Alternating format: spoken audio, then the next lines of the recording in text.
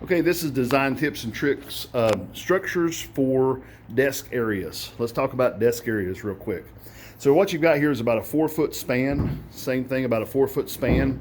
And in that span, the customer is going to have chairs or steno chairs or something like this. So there's a couple of things about openings that you need to know, especially about countertops and openings. So if you're over 2 foot, which is what a dishwasher is, there definitely has to be some type of reinforcing here on the front. You always are going to put a cleat on the wall, even with a dishwasher. You're going to put a cleat on the wall. That's a 1-inch thick by 1.5 inch tall cleat. That way you can for sure get screws in the corners of it, and it's thick enough that the countertop has something to sit on. But the other thing is, here on the front, this is a L-shaped purlin. It is table banding. It's exactly what it is, table banding. This is 2¼ inches thick, and that is because that is a piece of toe kick. Toe kick is 4.5 inches wide with most companies. Some companies it's 4. At 4 inches wide, you would of course make it 2, But we laminated this piece of toe kick on the front of a piece of 3/4 inch board, and then we've screwed that in from the end of the board here. But then we added another at 90, and before we laminated this, we ran screws in to the front of this to make that a nice solid purlin between the two sides. Now this is going to do 2 things. It's going to make the countertop sit nice and flat, and if it's a laminate top, it's going to keep it from swaying here in the middle. But more importantly, if someone was to jump up on this and walk around or something, they could break that countertop. If this material is not put in the front of this, then you definitely are going to create a problem for your customer later. Now, this is just something that we did in the field. You can also order, 3-inch boards, 3-inch fillers, and do this as riser material. Yes, sir. Do this as riser materials and have that same thing. But this is what we call desk banding or table banding, and it's definitely got to be part of your design whenever you go to do a desk area with an open knee hole. Now, up here on the bottom, that's just some paneling. We put the paneling on the wall first.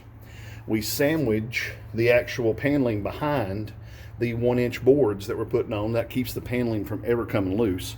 We've got some inside corner molding. The designer ordered some inside corner for both sides. That's perfect.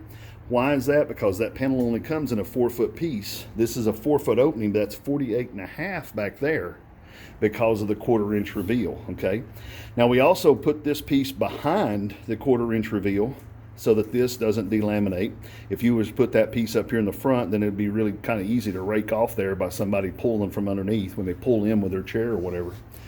So this is definitely how we need extra blocking, extra materials when we do desk openings and desk knee holes.